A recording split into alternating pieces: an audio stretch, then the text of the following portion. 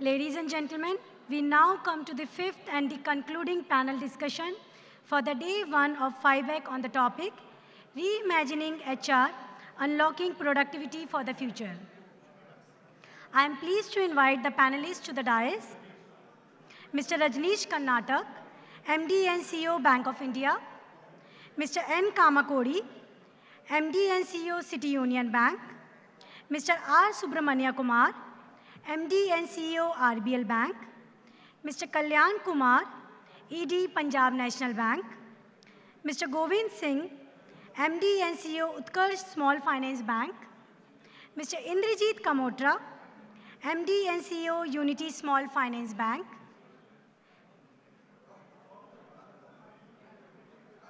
and I request our moderator for this session, Mr. Varun Kejriwal, MD and Partner BCG, to please come to the dais.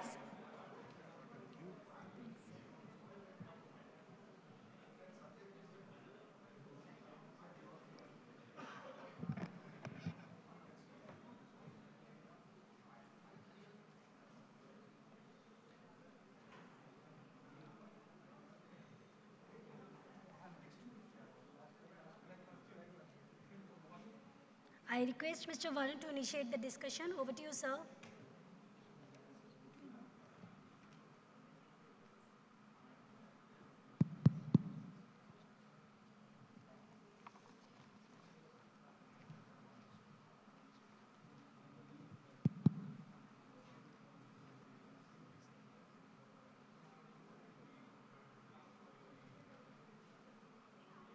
Good evening, everyone.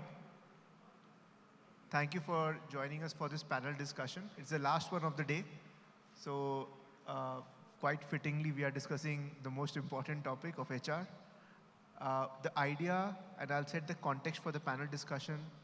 So we want to discuss how HR is getting reimagined, and more importantly, how productivity is getting unlocked for the future, and what are the different things that these esteemed bankers are doing to unlock it. Before I delve straight into the questions, I'll set the context for 2 minutes about the panel discussion itself. So this is one area, if you read all the articles that come out about disruption, about AI, about analytics, the two most commonly affected areas are operations and HR. And we did a scan of all the articles that came out, and AI is just one example of the new technology, but the way and the amount of disruption that it is expected to cause within HR in a much more positive way is humongous. So the idea is that how do we then relook at HR and make it more efficient, employee friendly, more employee engaged using this. I just want to throw some data points. Almost half of all Indian companies have started thinking of implementing Gen AI in HR. That is a remarkable statistic. And almost half of them also believe that they are having a shortage of skills when it comes to growing the business. I also want to tell you one more thing. There is 82% organizations, and this was a large survey that we did, who also said we do not have a long-term strategy when it comes to how do we want to use these disruptive technologies. What this tells us is that in HR, there is an appreciation of the fact that this technology will help, but how will it help, what is it that is needed is still something that is getting evolved. I'll give you some examples, whether it is Gen AI, automation, advanced analytics, agile organization, or simple process improvement. Different banks around the world have taken a stab at leveraging these technologies to improve HR. And as bankers today, we are all at the cusp of this revolution. The idea is to embrace it, to improve different facets. What is it that we are taking away from the world at large? One is Gen AI. As I mentioned, Gen AI, operations and HR are the two most affected areas by Gen AI. So having a robust Gen AI strategy is one of the most paramount things. Second, performance and the way it is measured and how robust that is, blended with insights, will always remain a key enabler for a good HR system. Third, making sure that the data architecture and having center of excellence teams which can roll out learning and development is again a big important area. With this new skill of Gen AI, strategic workforce planning has become paramount. And lastly, having an agile org, helps organizations reskill, upskill faster. With that context for 2 minutes, I'll just start off with the panel discussion itself. I'll start right at the fag end with Govind. Govind, when you were designing Utkarsh and everything around it, I just wanted to understand two facets of it. How do you think of organizing the HR function when you create an organization like Utkarsh, especially when you are creating a smaller or a newer organization? How did you go about that? Yeah. So I think, thank you very much for having me here. So when you look at any organization, I think it goes through different phases like any other thing. So if you look from the HR angle also, when we are startup, I'm talking 15 years back, thought process is completely different, getting some people, organizing things, having basic policies in process, policies and process in place, and get going. What could be important is, your policies, processes, SOPs are in place. That is what you try to keep on day one. You are able to have, properly trained people who go to field because they are the brand ambassador for you. They are the people who will go to field. I'm talking generally, how HR looks at. But the moment you run into scale and complexity of business also, because initially we are NBFC, MFI, yes. Then we converted to a bank. So I think the complexities of overall business, the complexities of the geographies, I think, makes a lot of changes, a lot of different, different ways of looking at things. So for example, use of more and more of use of technology is certainly there. But I still feel that, obviously the scale is very, very important. What type of scale you are talking about, what type of complexities you are talking of, what type of institution you are, trying to build, it is important. But the fundamental remains that, the edge factor is very, very important. Sometimes we go away from the edge factor. I think human factor remains the most important part for HR. I think too much of technology or too much of mechanization can have a challenge, the moment you look at this part. My sense is, historically also, conventionally also, and going forward also, I think getting good people and, and making them productive and helping them grow remains the fundamental for any HR. And that is what should happen. So whatever we are talking of, and the way we started this, it was small institution, but whatever policy process were there, those are of a large institution. That is how we did it, but in a smaller scale. And they try to replicate that. As I mentioned, the only thing what changes in the whole process is when we have different product, different geographies, different complexities, you have to make adjustment and make changes accordingly. But fundamental of HR or fundamental of human beings remain the same. I'm not a hardcore HR expert, but as a HR manager, I always believe that the people belong to HR department, and they should devise the policies, and people are given in trust to the other department. That is how I believe, and that is what I have been running this institution for the last 15 years, and that will remain the fundamental. Use of technology certainly yes, but Hindi में बोलते हैं ना, उसको Excel में खाना नहीं बना सकता. आदमी is not Excel का खाना. He has to be used as a human being only. That's very, very important for any organization. And that is what we have been doing from day one. Thank you. From, you quite amazingly, you have set up a new HR organization 15 years. I'll move next to Kalyanji, who is running a bank, which is one of the oldest in the country. Sir, we have heard about how PNB has transformed the capability, the holistic capability building that you have undertaken. Now, given the constraints that public sector banks also operate, how should an organization think about developing in-house talent? Yeah, thank you, Varun. First of all, thanks for this opportunity. The very good question. Actually, first from CEOs and senior management side, first we must think, what do we understand by HR? If we talk about HR, it comes in our mind simple support function like transfer, posting, promotions, all these things comes in our mind. And that too, if we talk about public sector bank, and that too a large bank like Punjab National Bank dealing with 1 lakh plus employees and spread towards the length and breadth of the country, it is really a very challenging situation, and a lot of flexibilities are also, right, Barun, you told, a lot of flexibilities are also not with us, like recruiting people, there is a structured process, and also for time-bound and some seniority-based promotion part, no incentivization. These are the restrictions of our being public sector bank. But beside that, also HR can play a very strategic role becoming business partner. So whatever I am going to speak, Barun, it will be out of my experience only, which actually really I have played important role in my earlier organization, Union Bank of India, that too a large bank, 80,000 plus employees. And currently at Punjab National Bank, which is actually 1 lakh plus employee base, and having more than 130 years of experience here, and that another organization also 100 plus years of its existence.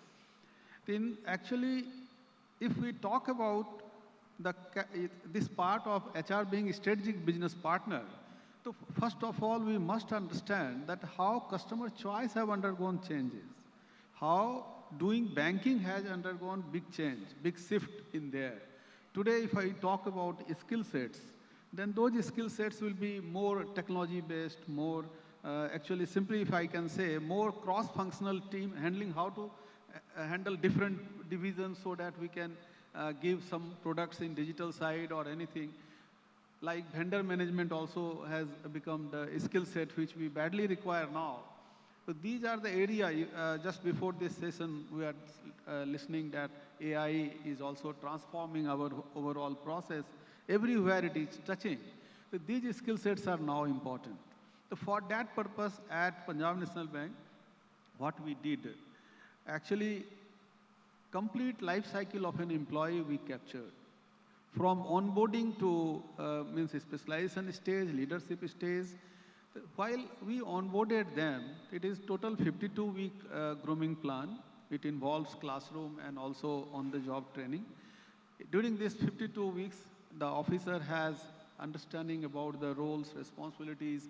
They are aware about the basic facets of banking. Thereafter, 5th year, we provide them job family, so that at least within 4+4, there are 2 facets. They get experience at least in 2 skill area. 9 job families we have categorized, looking to the requirement, IT, digital, credit, forex, whatever these are the areas. There they get specialization. And once they are having experience of 12 years, and we suppose that that time they reach to the level of assistant general manager, mid-management level, there we provide them leadership training program. At Punjab National Bank, previous year we provided 1,000 plus our leaders, AGM and above, this leadership training program. This is 1 year intensive program. First of all, we decided leadership competency model. In that leadership competency model, 10 traits we identify, which we require, that are required in the organization. HR is a serious business. If you really want to transform your organization, first we must understand what are the gap areas for this organization. And that too, leader, actually they are role model to which kind of qualities, which kind of belief system, value system is triggering his behavior. So for leading self, 3 traits was there. And also for leading team, because in banking, no work in isolation you are doing, you are leading a team. So for team purpose also, which kind of traits you require, and also leading business or transformation, this is also important aspects of a leader. So they are also, based upon these 10 traits, psychometric test and 360-degree assessment was done, and based upon the outcome, individual development plan was created, and after that, the external faculty members were invited, and 2 days each for these 3 forums were conducted. And after one-on-one coaching also we provided to all these 1,000 officers, so that they can be hand-holded for being groomed into a good leader in the industry. Actually, Barun, I can tell in front of all these august audience, practically we have found a lot of synergy and collaboration and improvement in the production, productivity and also output. And the kind of struggle we are facing earlier, and we can see marked improvement in the performance also after implementation, this end-to-end transformation in HR. Another area which I told regarding lot of fintech, 60 plus fintech collaboration is going on currently with Punjab National Bank. So what we made, 50% team members from in-house and 50% are from vendor side. This gave them practical experience and also assisted us in capability building internally so that these transactions can taken it forward. I am very happy to share with you that our own in-house software development team has developed end-to-end straight-through process journey of PM Vishwakarma scheme that was launched in the hands of PM during this global FinTech festival on 30th August. So this has actually really the structured approach which we have taken. And it doesn't end here. Even placements are also through tools. Those behavioral things, everything are being captured through digital tools, and those things are available with us. Because every year for job rotation, we are moving more than 20,000 people across the country. Now we are placing them as per their experience, as per their expertise. That also actually really providing them an opportunity to groom themselves in a particular area. And several things are there. Skill assessment also we have done, and those skill sets are aligned with actually the respective job families. And in that way, very structured way, succession planning also is through tool-based. And in that succession planning, very targeted grooming plan is implemented. And for each critical role that we have identified, 40 plus critical role, 10-15 persons are being groomed to take charge of those things. So this I actually, in very brief, due to paucity of time, in brief I am telling you, whatever I have conveyed, actually it is a very strategic approach to make HR as a strategic business partner for any organization. Thank you, sir. Thank you. Mr. Kumar, thank you. Mr. Kumar, look, I think last year you had mentioned about, this being your fourth innings in a way at RBL, and I must congratulate you for the amazing turnaround that you had. And you had told us 2 data points, and I'll pick that. One, you said you managed to retain the core team. You hardly had anybody leaving at RBL when you had joined. I wanted to understand how did you leverage HR for this amazing transformation that the bank has gone through over the last couple of years? Thank you very much. First of all, HR is no longer a task. HR has become a science. This is a big, important act, which we have understood very clearly that the today's generation, when they walk into any organization today, they are coming with the yesteryear's generation's prerequisite training. Everybody takes away, and they come back with certain expectations. If your organization is not able to meet their expectations to that level, that's going to be the first dampener, right? So the HR resource, unless you are in a position to provide them an opportunity to growth and provide them the vision which is far away, maybe that one of the major decisions we took in the bank is that there is going to be first consolidation and stabilization. Once you are in a position to reach that stage, then the growth path has been set forth. If you are able to show them where you are going to land, maybe in a year before, a year after, a couple of years after, and you know that where we are going to travel, they will be in a position to participate in the journey. The entire journey, the HR is an engine which is pulling, and technology is an engine which is pushing.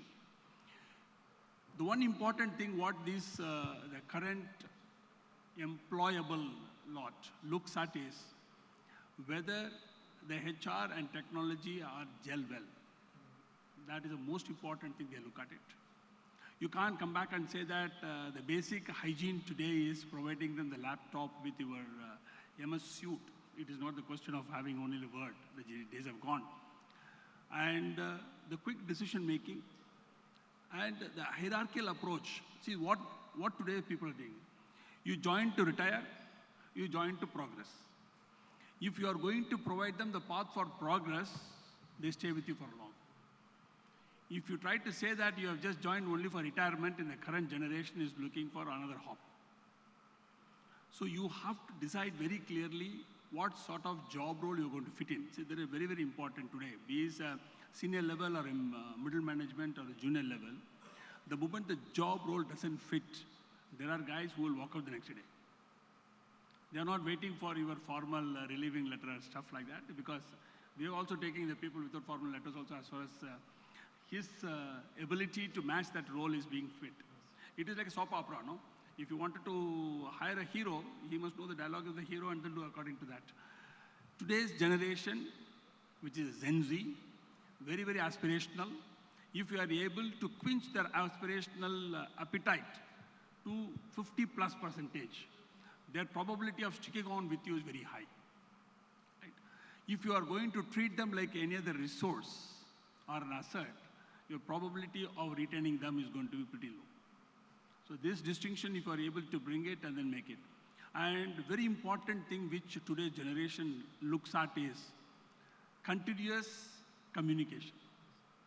Be it good, bad, ugly, that is a different issue. Second one, you must be communicating with them continuously. The days are gone where they look up the MD and say that, hi sir. So the question is, hi Mr. Kumar. To that extent, that is exactly what they try to say, right? You cannot take, no, yeah, your age is much smaller than much lesser than my experience, then you have to look for alternative guy. So that's the way it is not the younger generation or the current generation or a Gen Z or a millennial going to change. The leaders have to change to suit their ability. That is what exactly. If you want to retain them, you have to change your role. That's what is... No, thank you so much. I think, sir, you touched on 4 things. People, technology being in unison, matching the expectation, Gen Z, which I think you are clearly catering to in terms of employees, and then constant communication. Karnataka sir, I'll move to you now. When it comes to employee engagement, employee productivity, there are different ways HR is using technology. How do you think is best technology used in HR, and how is BOI thinking about leveraging HR technology in HR? Yeah, thank you, Varun. Thanks for having me. See, HR and technology is something which is a very relevant piece today in the contemporary world. So if you see any organizations, there are 3 basic pillars, which normally we call in management the PPT, which is people, process, and the technology. So people is the most important part of that. So process and technology will only follow once the people is right over there. So if you see HR today, I would say that from the old times when the HR was more transactional, it has now gone into the transformational HR. So transactional HR was that when you have to just pay the salary, pay the bills, do the transfers, or if the promotion happens, give them a promotion letter. So it has now become totally transformational, wherein you have to reskill the people, upskill the people, like you have to choose the right job family for the officer who's posted over there. Once the job family is there and he's working in that seat, you have to see to it that the trainings are also correct. So it should not be that the person is sitting in recovery and he gets a training into, say, something about resource allocation or any other kind of thing. So it has become quite a bit scientific also in that way. So 3 basic pillars beyond that in the HR would be the performance management system at Bank of India, which we are seeing the 3 main parts.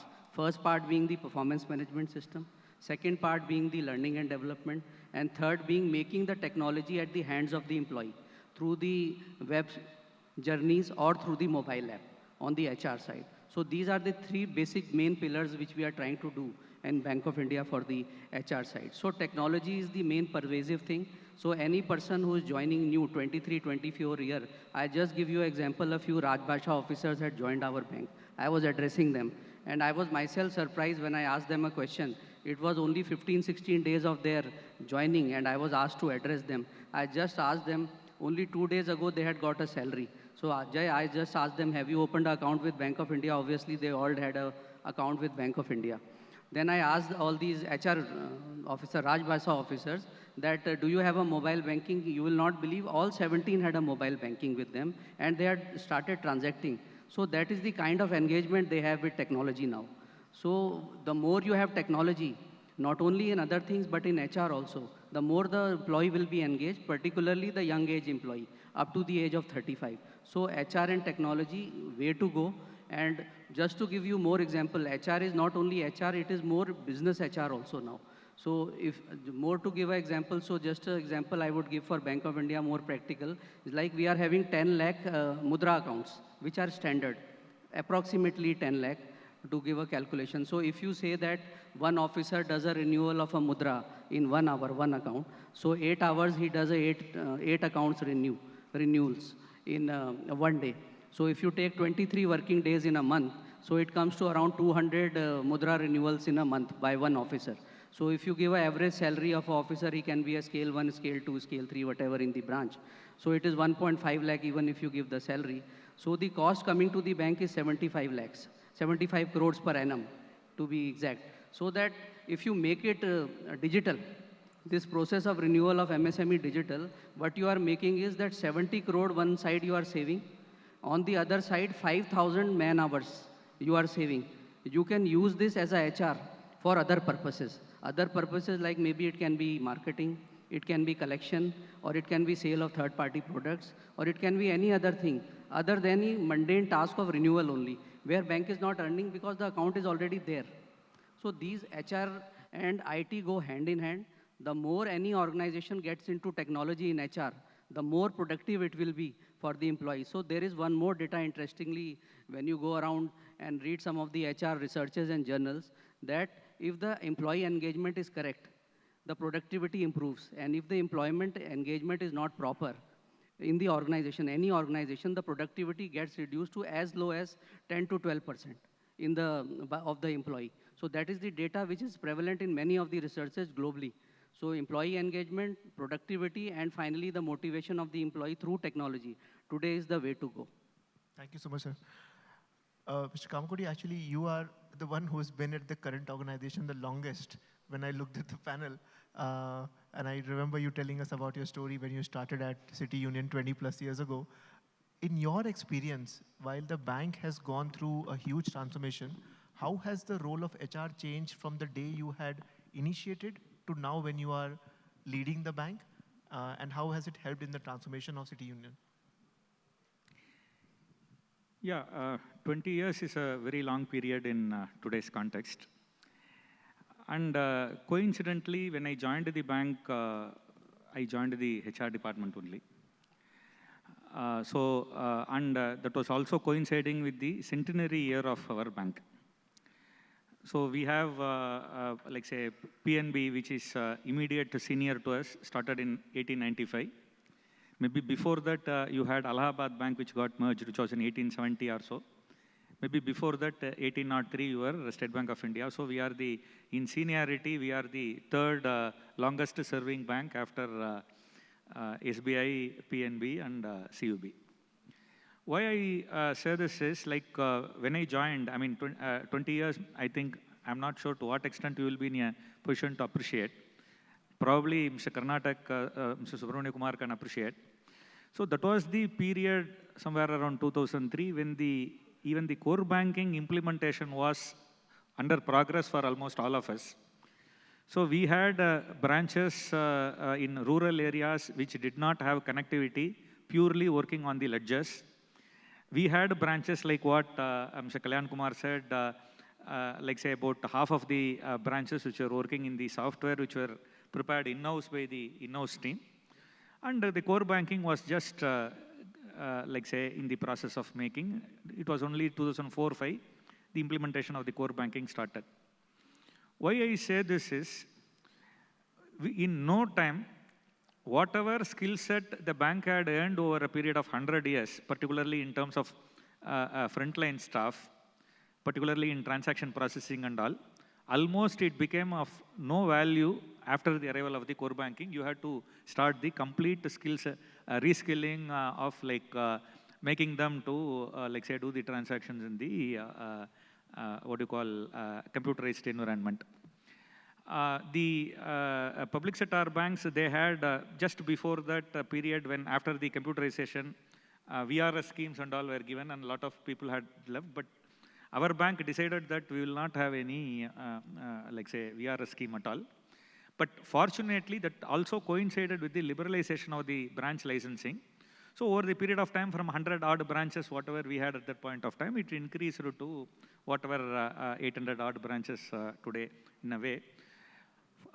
In that period, we had our, once again, the new people who entered were more tech savvy, the whatever skill sets we were able to give, and older generation also they worked their best to, update their skill sets and all.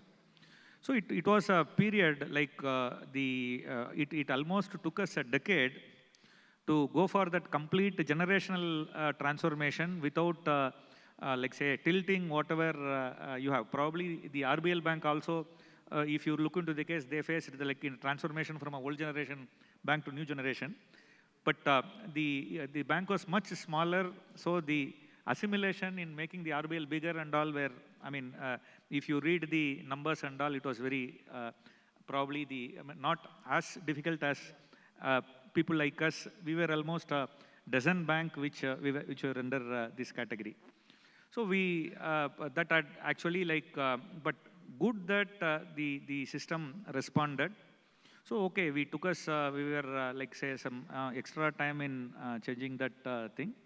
So we were able to have the right mix of the older skill sets, particularly in terms of, just to add to what Sir said, the new generation, now it is more comfortable in looking into the mobile phone rather than meeting with the people. So particularly in a branch, particularly when you have footfall, you need a generation of people to teach them that how to handle people. In fact, one small incident happened, probably which will give you an idea of magnitude of the problem. One day I received a letter written by hand, a shaky handwriting, not less than 25 pages, and you are not going to read a 25-page letter. So when somebody with a shaky handwriting, it was very clear that it was a very senior citizen, writing a 25-page letter means something big has happened. So then I immediately called the inspection department and gave, kuch to problem hai, you just look into. Finally, when we got into the problem, the source of the problem was that my young frontline staff gave the cash to a senior citizen with the left hand. This was the problem. This is the origin of the problem, which created the big issue. Then we called that staff member to ask, kya kiya aapne? So she couldn't understand what was the problem. Then we asked, why did you give with the left hand? So what was the problem? So he was standing on my left hand side, so I gave.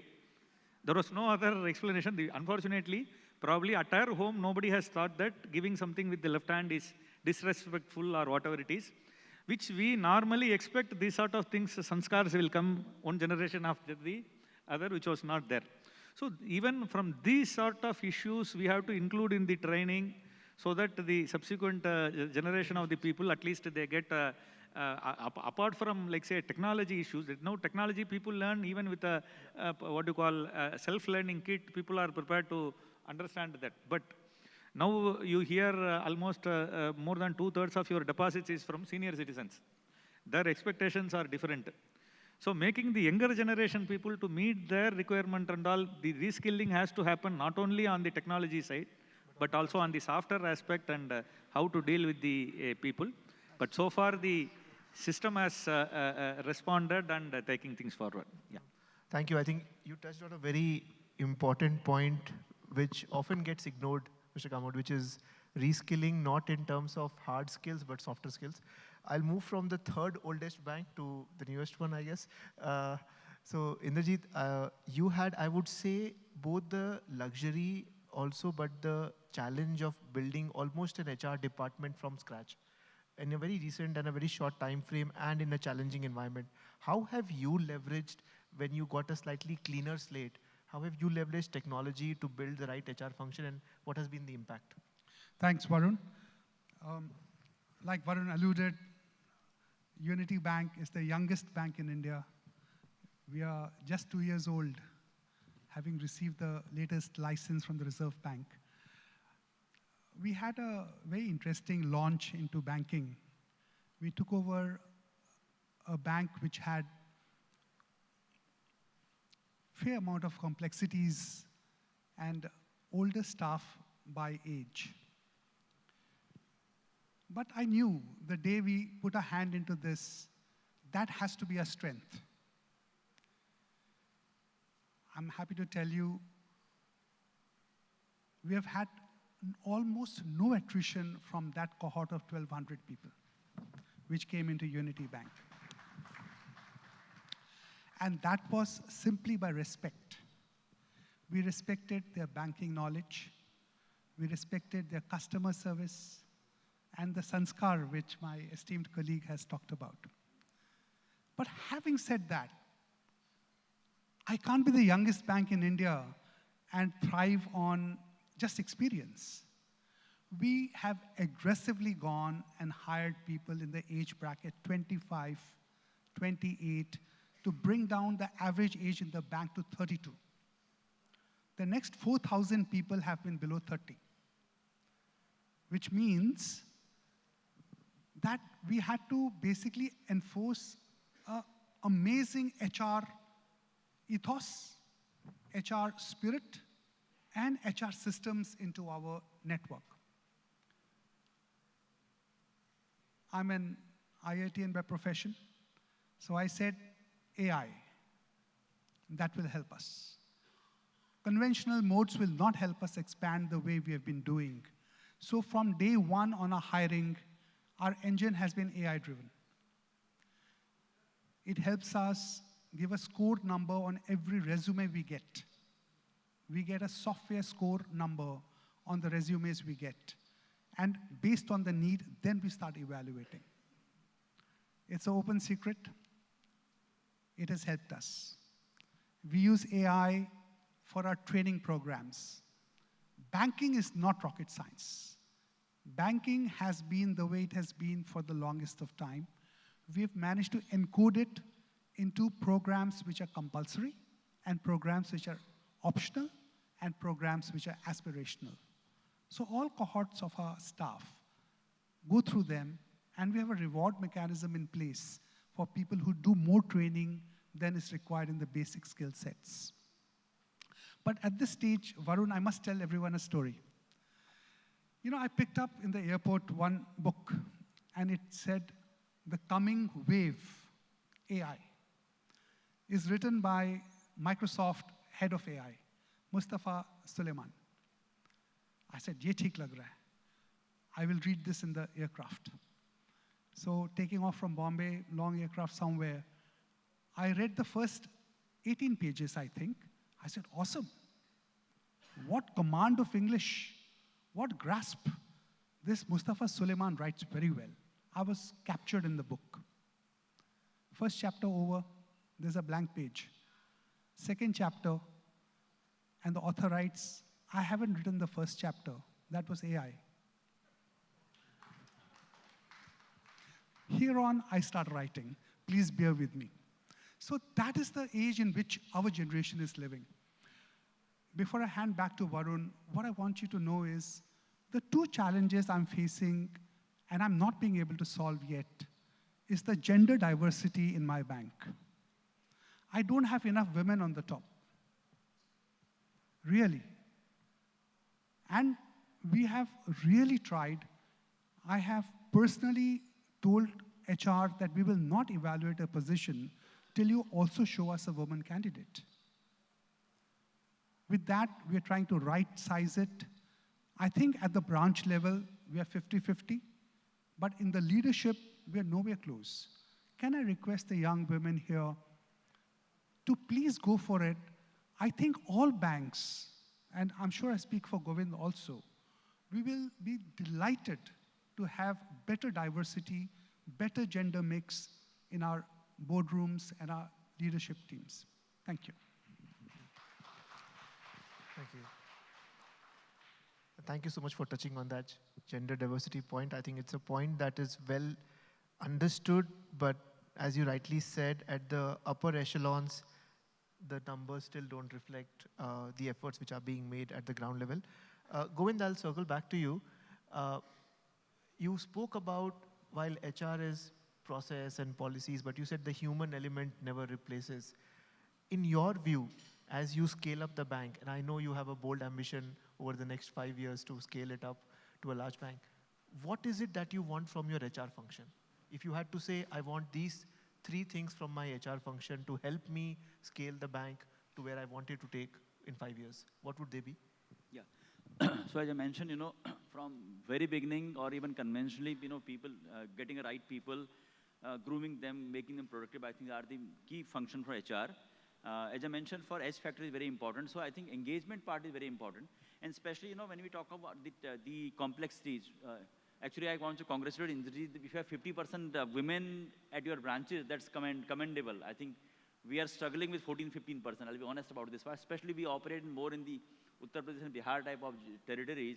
It is absolutely difficult to get even 20% plus. So if you are able to reach 50%, hats off to you. I mean, we obviously at the board level and at the senior level, it's an even bigger challenge. But the biggest thing for me remains the employee engagement part. I think gradually that is not the same what we used to be earlier. So what happens, the original HR requirement remains the same. It's not, it is changing. HR is, if you think it is the oldest, profession, and oldest department for any institution. 200 years back also it was there. I think the things have changed because society is undergoing a change. The environment is undergoing a change. And that is reflecting, that is manifesting in all these things. So I'll just give an example. I think a lot of people give example. When I started in 2009, the new institution, so one of my unwritten policy was there, in case someone tells that I have an offer in hand, I'll not interview that person. Today I try to do that, I can't interview anyone. Because everyone who comes, I have 2 offers, sir. And the motivation for me to take him is, my notice period is shorter now. I don't require 90 days, I can join in 15 days time, I can join in 20 days time. So because of that, things have changed. So I think the most important part for me remains the employee engagement and the employee communication part. Actually, we all talk about employee communication, but the way we communicate, we are not we are transparent in our communication. I've seen that happening. The entire journey of onboarding or pre-onboarding is not seamless, in fact. So I think it's very important. The things have moved. And when I say environment has changed, even as a consumer, today consumer talks of the experience actually. Same happens with the employee also. 20 years back, employee was not talking, I need experience actually. But today you talk to the employee, he or she is looking experience, of the institution. So I think HR needs to work on that, and the employee engagement is the most important part. Second, where we miss a lot, and as an institution maybe here as well other places also, really assessing talent and grooming them accordingly. We have seen, we always talk, we'll do TNA, we'll do all this stuff, and after 3 months it is nowhere in fact. So doing all this on a regular basis, training people, grooming people and making them to next level instead of hiring people from outside. So I think grooming and talent, making talent important. Engagement is very, very important. And I think another part is, if my employees are free to, talk about, free to converse in the institution, I think creating an environment is very, very important. And that's why everyone is HR manager. It's not the HR department who is the HR manager. In fact, everyone understands in HR that people leave not because of company, more because of the bosses. So I think everyone in HR part, how to inculcate a culture where people talk about, people take care of the team, creating that environment. I think these 3 will be important things for me going forward also. I think because it's talking about more about technology, I still believe that technology is important, but technology is where we have repetitive job to be done. I'll use that where HR operations is involved, technology is welcome, we need that technology. But when we have to engage with the people, I think it's very important to have a heart-to-heart engagement with people. So that's how I look at HR. Thank you. So Thank you. You said engagement, making sure that the grooming happens, and obviously then the communication part around it. One interesting anecdote, and some of you were there last year, we had a situation where tech talent was not available last year. And we had a question that was asked from the audience saying technology talent. We are today in a situation where we have excess of technology. Yes. How the year has changed in 1 year. So just remembered from your offers example. Kalyan sir, just wanted to ask you second, you had mentioned the entire journey in the first answer. You touched upon one point, sir, which was objective performance. When you took over the HR vertical, sir, and during the challenging time, how has that helped singularly when you think about PNB's journey over the last few years? PNB was also one lot among the amalgamating banks. Oriental Bank of Commerce and United Bank of India got amalgamated into PNB. Exactly 3 years back when I joined this great organization, post-amalgamation issues were there, loss of market share, also brand value, lack of coordination, And also, so many issues which normally happens and present in almost all the organization. Post-amalgamation, this was the scene. And things were changing very fast. To place Punjab National Bank in the league where actually all these aspects can be taken care of. The biggest threat you told just now, you told about objective assessment of performance. In public sector bank, actually there is no incentive or disincentive for taking decision. Private sector bank is an exception. So first of all, in public sector bank also, we face that there is lack of clarity of roles also. We are having very competent persons pass through so many screening process that we recruit them. And very robust training system, grooming system is also there. But when they start working, for responsibility, only branch heads are responsible, or business unit heads are responsible, others don't have any direct responsibility. For that purpose, what we did, we actually, first of all, we created that each and every role officer must have clarity about their role. So first of all, the measurable role, branches persons or business unit functions, it can be done very easily. But for administrative offices, where measurability is not that much easy, so there also in the terms of TAT or in terms of handling the things, we also made them measurable. So each and every officers are having now measurable KRAs, key responsibility areas, and that too, if you are talking about 1 lakh plus officers, manually it is impossible actually. So for that purpose, digital tool was created, and there was very good mechanism also that these things were with discussion of branch heads, regional head, these things were getting fixed. Second important aspect in public sector bank, unrealistic target, and it was also prevalent, and looking to the potential, target setting was not there. So we also took care due to technology and several credit information companies, and all these things are part of this great ecosystem.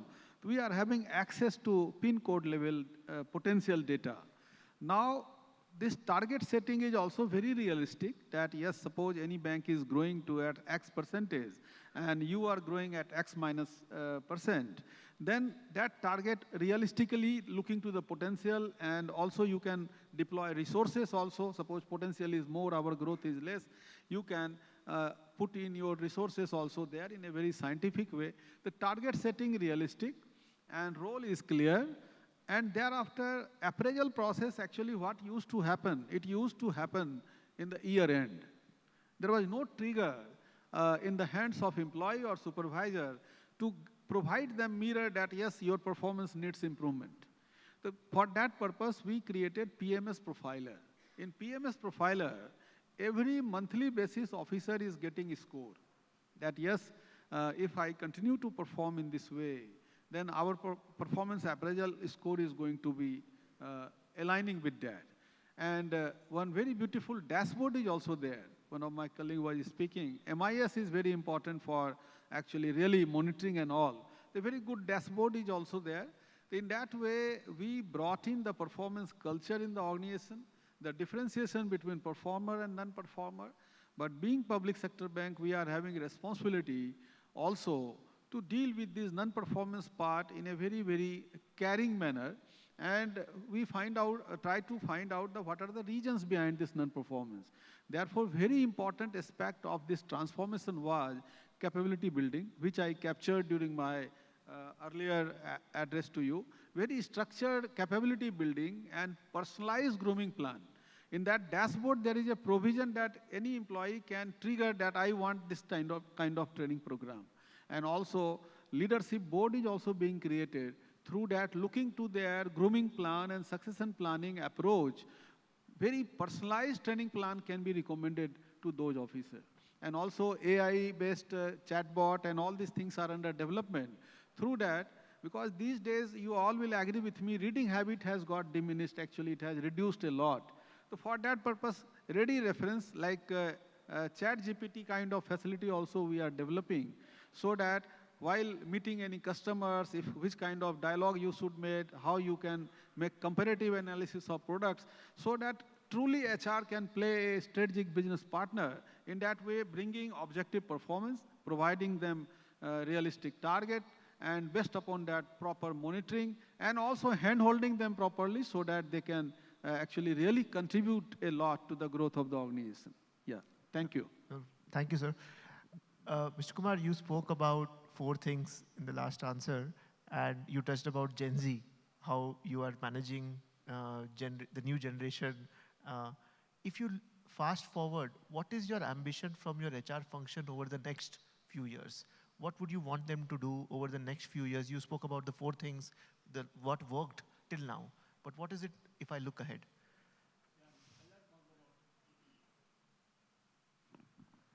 Mr. Kalyan talked about the challenges of the public sector. The challenges of the new age and private sector is slightly different from that. The biggest challenge is in attrition at the entry level. So the biggest, if I wanted to fast forward, if I wanted to move a couple of years ahead, how do I retain at least 60 to 70%? Because onboarding a person itself is a task. And HR would have spent substantial efforts in order to do that. And train them over a period and then make them to be, some of them are raw and they are made employable when they leave. It's going to be, again, the cycle is going to be hit. Although the HR may be efficient enough to fill the gap quickly, that is a different issue. But at the end of the day, the productivity takes a hit. So the first and foremost will be the how do I retain? There are multiple ways. See, today's generation, if you look at it, they want everything to be in the form of a capsule. Like they don't have a patience to look at your the CAM proposal which you want to make it for, which even if you're a chartered accountant, they're not interested to make it read it beyond 4 or 5 pages. My analyst is not ready to read the balance sheet. So I need to make use of a technology to help them do the analysis and then give them the inference part, leave it to them. That's going to be the big change which we're working on. The second important thing is that he's a little impatient. He or she is a little impatient in a sense that having used to the 2 minutes noodle, like they want that answer also to be a little faster.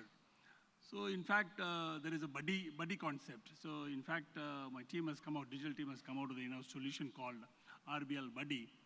Like it's very simple. If they meet a customer, they are not interested to know that what is interest. They will not be remembering it. They want somebody else to tell them. Since they are very quick at that, they are ungli masters, right?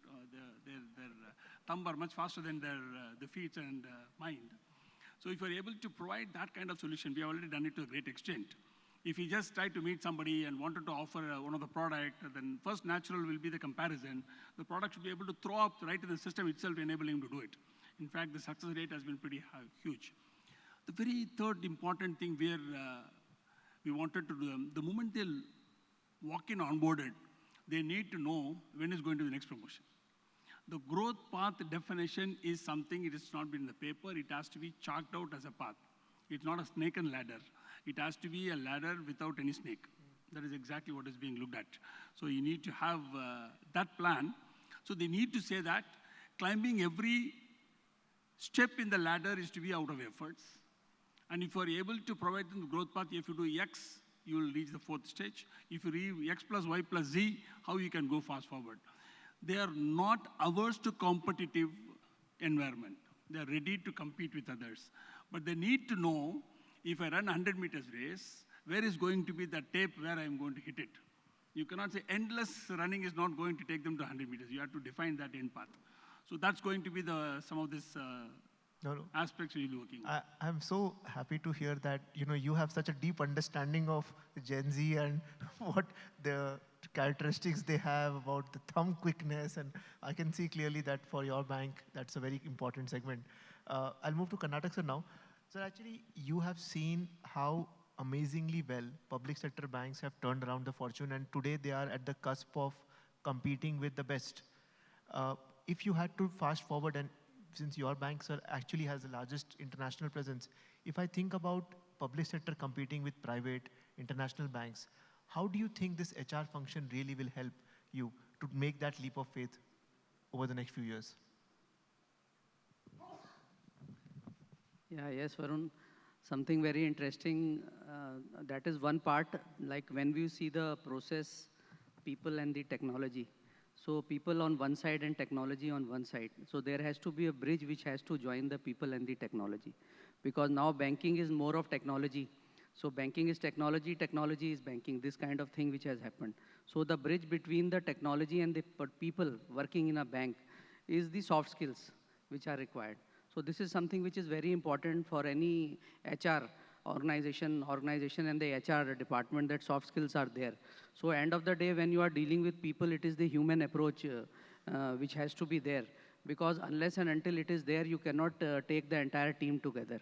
It brings me to a very simple analogy in which in this year, Roger Federer, one of the best tennis players, had given one lecture in one of the top management schools in US. I was listening to that, wherein he said that we are all aware that he is one of the greatest tennis players in the world.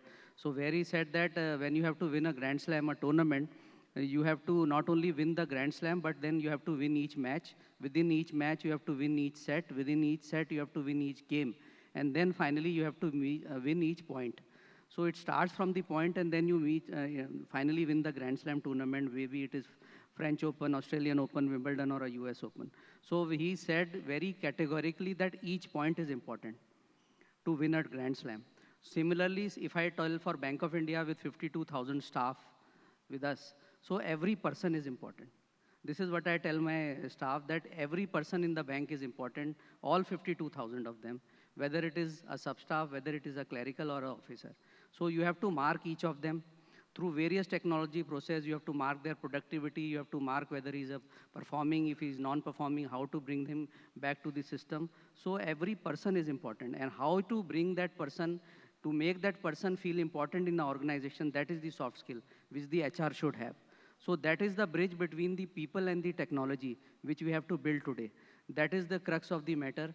Whether other HR things, they are all part of that, the 360-degree review, when the employee joins, his training, whether his transfers, his positioning according to his job role, his job profile, and then his promotion, his taking care of the career growth part of that. If it's a female, then the maternity part, then all other kinds of things which are there.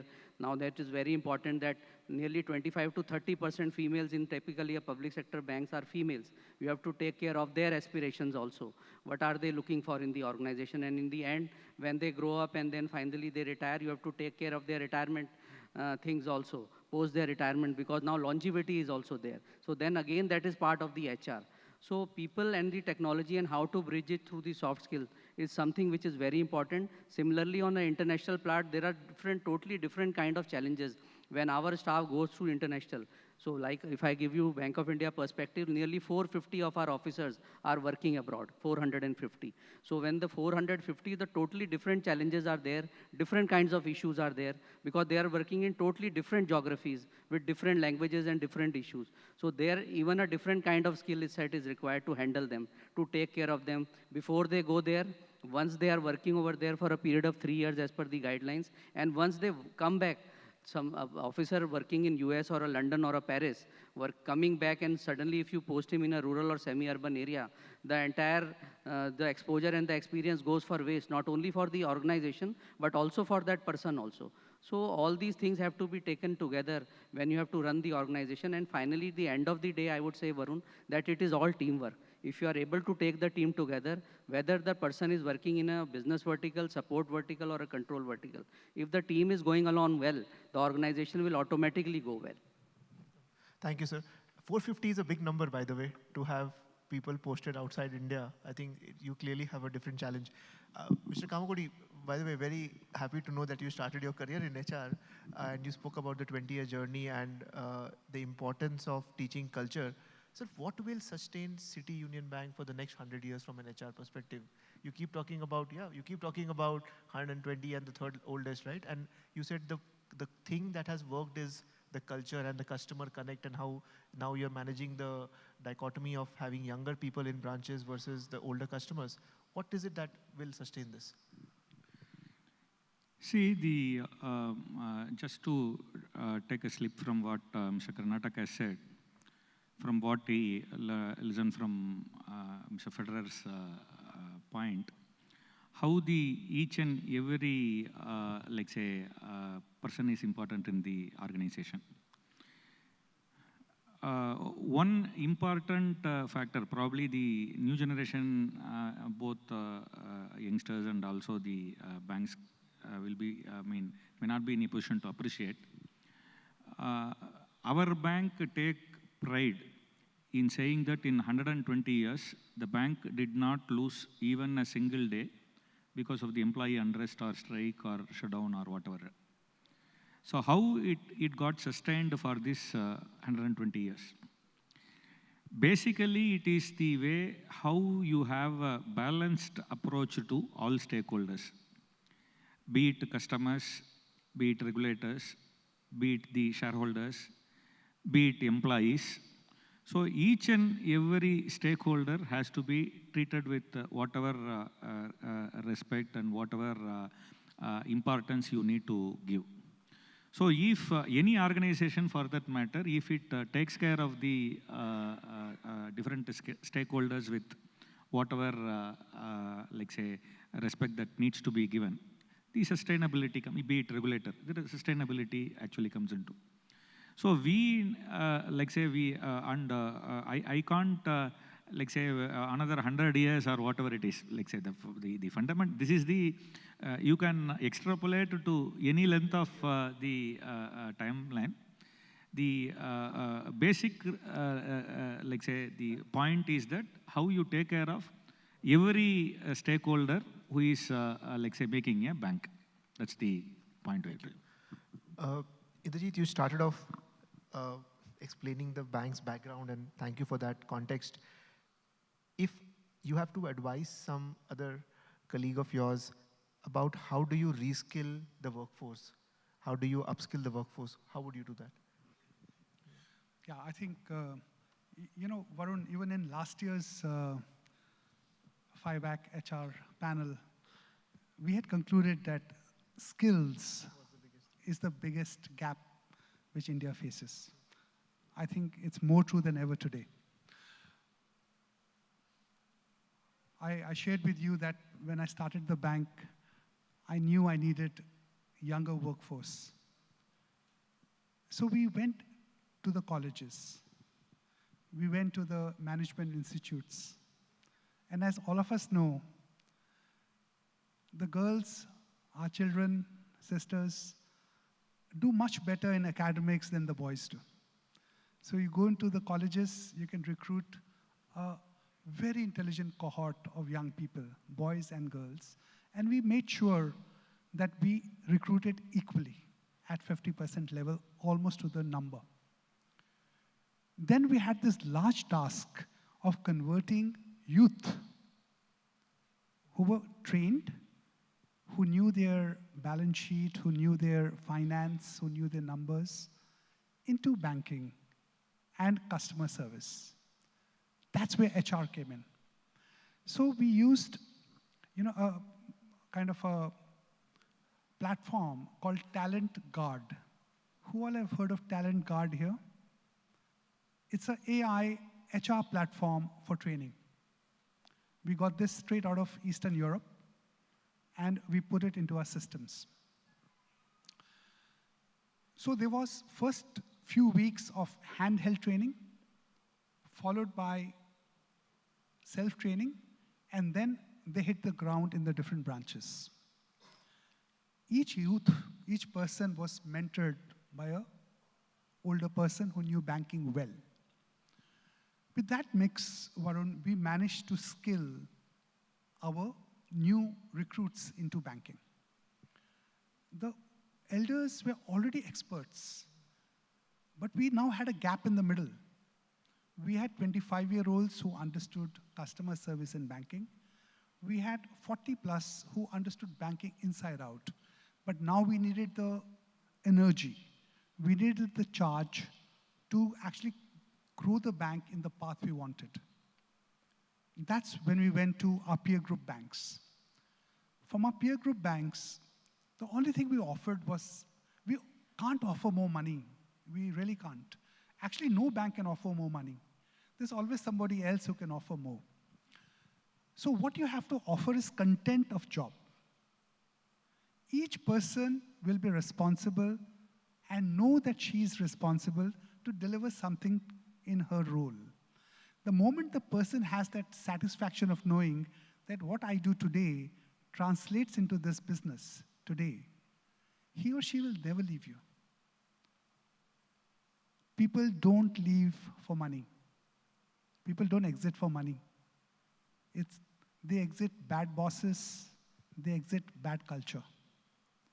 Make sure your culture is vibrant, inclusive. Make sure your people are given roles which matter. Almost to the extent of them knowing कि कल मैं office ना गई, ये कौन करेगा? मुझे ही तो जाना है ये करने के लिए. That ownership, that absolute love for job is required. I'm a very small bank, just a few thousand of us. I can still sustain it. I can see challenges as we grow bigger. But आज AI आया है हमको मदद करने के लिए. 5 years later, something else will come to help us. I think we will sustain. We will do well.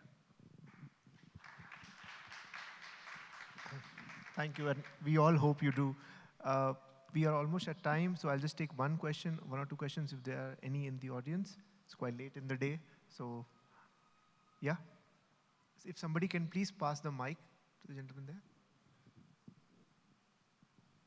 Hi, am I audible? Yeah, sure. Yes. Hi, my name is Deepak Bhatia, and we are from QuickWork. We work with Inder sir, so thank you so much for having us as a tech partner. The challenge which we have been seeing is that while we have been trying to automate a lot of HR processes, the budgets for the HR team is a major constraint, right? So while I do hear all the MDs and CEOs talking about culture and technology, I rarely see the combination of HR and tech team coming together and deciding how to use tech in HR. So is there something which you all have initiated in your organization to ensure that HR becomes tech-enabled, both in terms of the 7 stages of life and also futuristic roadmap for the organization? Thank you. Indrajit, if I may ask you to answer, because you're the one who's invested most in this. Definitely. The question asked was budget and how do we allocate it? It's very simple. The largest budget for a service industry company like ours, all of us on the panel here, is HR, is people. But we don't put our budget in HR head. That's my bank. We charge it back to businesses 100%, and HR is a neutral center. So all the costs of HR do not stay in HR at all. So no one can accuse HR of being a cost center. Whatever HR spends is for business, and in that allocation, we charge it out to businesses. So end of the year, HR is sum zero game. By that, what do we achieve? First, we achieve respect for HR, that they are not a cost center, they are absolutely a business center for us. Second, we treat HR not as a kind of a excluded cohort, but they are all HRRMs, Human Resource Relationship Management. So they are part of business. They sit with us on our floors. They go out on calls with us at times. And we've managed to integrate HR in a way of life, not to think of HR as adversary, but absolutely part of the business to grow with us. Thanks, Indrajit. Thank you. Thank you. I've been all, yeah, okay. One last thing, maybe, yeah. Good evening. I want to share something from our experiences working with Gen Z. I think Mr. Kumar talked about Gen Z, and all of you, the panel, I must compliment, you talked a lot about Gen Z. Our company works with frontline workforce. We hire, train 500,000 people. On an average, we meet 1 million people across the country, across India. So one of the questions we asked is, what does the Gen Z want from HR? You're asking what CEO wants from HR. We asked the reverse question. What do you want from them? You'd be surprised some of the interesting things they said. They said, we don't want employee engagement. We don't want any of them, but we want to win in the first job. The biggest challenge for frontline people is self-esteem. And today, attrition rates in private sector banks are very high. Many of us know that. I think RBI has also flagged it. If an employee loses his first job, he goes in a reverse trajectory in life. So the most important thing HR has to do is to make sure people win in the first job. To win in the first job, you have to set the target correct. You need to create the incentive system right. And most importantly, and I think this is what they said, we don't want company induction, we won't want product induction, we want role mastery induction. We want to master the role. Can you tell us which are the critical tasks in the role? How do we master those things? Because we want to win. So my submission to this group also to think deeply about how do we make, what design of organization are we building, HR side, CEO side, to make them win. Thank you. Yeah, it's a very good feedback which has come. So I'll just take it in a different way, Varun. So if an employee joins today at 24 and he has a retirement age typically in a public sector at 60, so he has 36 years of service. So today in 2024, when we are talking, the generation shift is happening every 7 years. This is the kind of fast social media world which is there, digital and the social media. Earlier, the generation shift used to happen in 15 years, maybe 10 years. Now the data shows that it is 7 years. So what it means in 36 years, you are serving 7 generations in a bank. In an organization, there are 7 generations serving in a bank. As gentleman rightly said that Gen Z, so this is one generation which is there in the organizations, like which are aged between 24 to 31 typically. Another generation is between 31 to 38. Another generation is from 38 to 45. Another is 45 to 52, and then another is 50. So you have to take care of all these 5 generations in a bank. So if a HR policy is typically made for all the employees, all officers, so it will lead nowhere. It has to cater to each part of the generation which is there in the bank, because each generation has different goals, different aspirations from the organizations. So I think that would be a better way of handling the things. Thank you. Mr. Kumar? Thank you, sir. See, as has been rightly flagged by our gentleman from the industry, the first-time job seeker is not looking for the fat purse. He is looking for one important thing: what is going to be my future exactly 1 decade ahead. Do you have an opportunity to move up in the ladder in this organization or not? So the simple model which I've just introduced in the bank is 30, 60, 90. Very simple. First 30 days, don't burden him with any target. Normally what happens in the attrition, one of the reasons what I found is that, so most of these people just come down. First day they say that, get us 10,000 accounts, your minimum account of this quality account, that, X, Y, Z, and all those things, that fellow gets into the literally withdrawn mode. First experience for a person to get into that any organization is onboarding. The day on which he walks in, does he get his ID? Does he get his badge? That is, get his laptop? Does he get his all the paraphernalia? We have a kit of 1,000 rupees which is given to everybody who is just onboarding. If it is given to him on the first day, he gets attached to that brand, number one. That's the first win if you wanted to succeed in the journey of interaction and reduction of the attrition. Attrition cannot be removed, it is going to be reduced. If not 40, it may be 30, if not 30, it may be 25.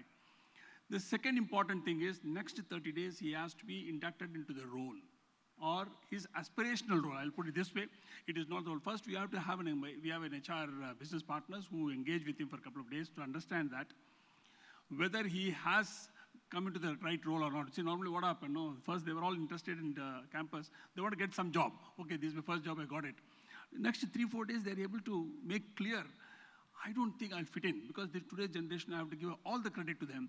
The transparency and the fairness is extremely high than to the date on which they joined.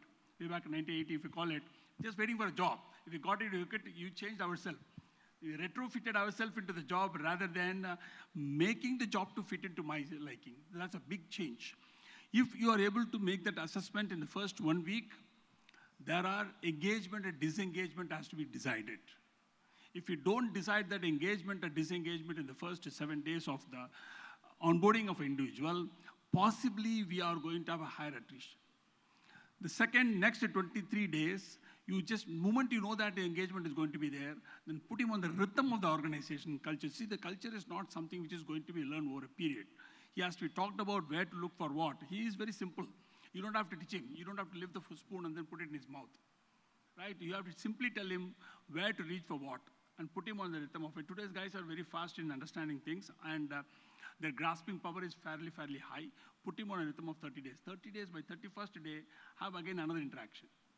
That is a re-engagement interaction where you have to decide, I've just put you, I've paid no salary, nothing, this is what you expected. Have you boarded the train? Because 30 days is an important thing. Have you boarded the train? Have you occupied your chair? Are you in a position to proceed further in this journey of the next station? If he says yes to it, disengagement has to take place at that stage, if suppose you find it. Because most of these people are very frank and say that, so 30 days things have come. But somehow this banking stuff and all, I don't understand. What is this negotiable instrument act? What is this cross-selling? I mean, they just get into that. I am a pure sales guy, I fit in. I'm not a sales guy, I'm a credit analyst, I fit in. I don't fit into this if you can give me an alternative role. That is a re-engagement role. You have to find out whether he fits into that role or should I have a role change. If I have a role change, my engagement with is going to be for the journey till the destination is reached. If I don't exceed in that 31st day, then again, if he's done, next 30 days is very, very crucial. You need to have a buddy program. You can't ask the guy to get onto that with that, with the tie and shoe, this, and then go get into the market. Possibly he will lost in the jungle. So you need to have a buddy program wherein he has to tag along with somebody else. So 61st day will be the crucial turning point between him and the organization. That day will decide whether he is going to take that on his shoulders and is going to walk out, and he is not going to off-shoulder it and then walk out. So this is exactly the decision day. That day you have to say, if it is off-shouldering his walk out, have a good farewell, give a bouquet, and then say salute, and then move on. Otherwise, next 30 days is going to be the contributory day.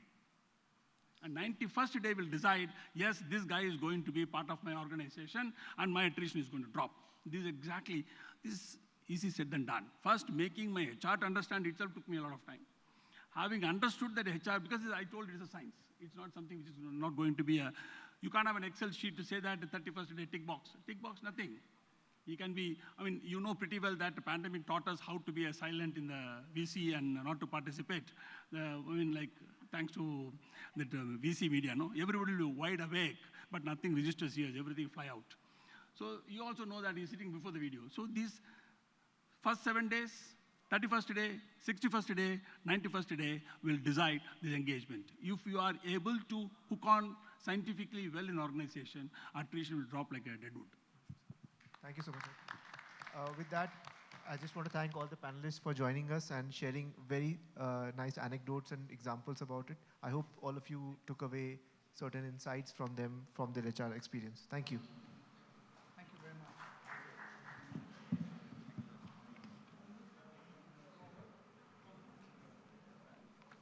Thank you, all dignitaries.